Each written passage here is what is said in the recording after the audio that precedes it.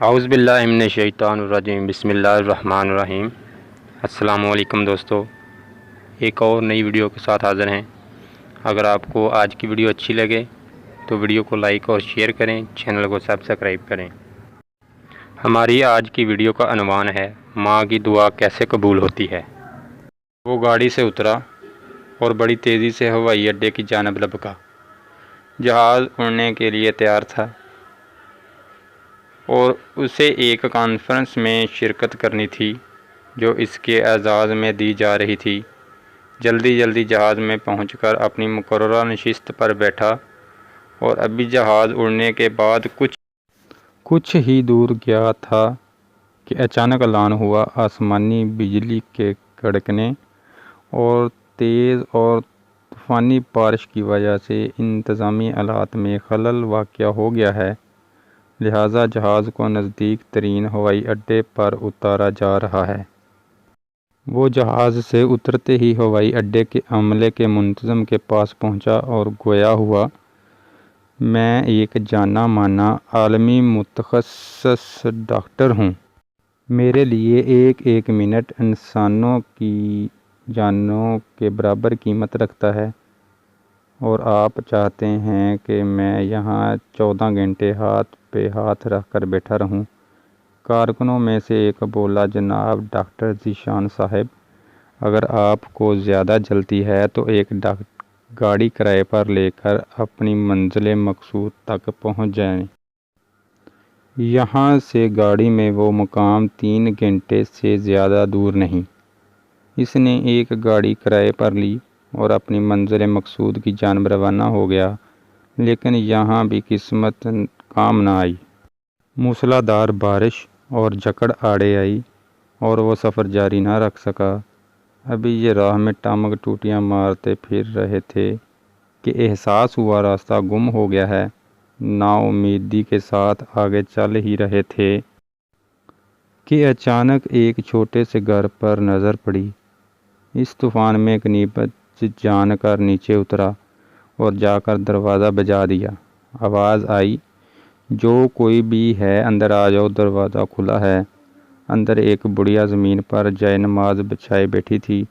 اس نے کہا، ماں جی اجازت ہے میں آپ کا فون استعمال کر لوں؟ بڑھیا مسکرائی اور بولی، بیٹا کون سا فون؟ یہاں نہ تو بجلی ہے نہ فون، لیکن تم بیٹھو، سامنے چائے رکھی ہے، پیالی میں ڈال کر پیو، تھکن دور ہو جائے گی، اور کھانے کو بھی کچھ نہ کچھ رکھا ہوگا، کھا لو تاکہ اگلے سفر کے لیے بدن میں طاقت آ جائے۔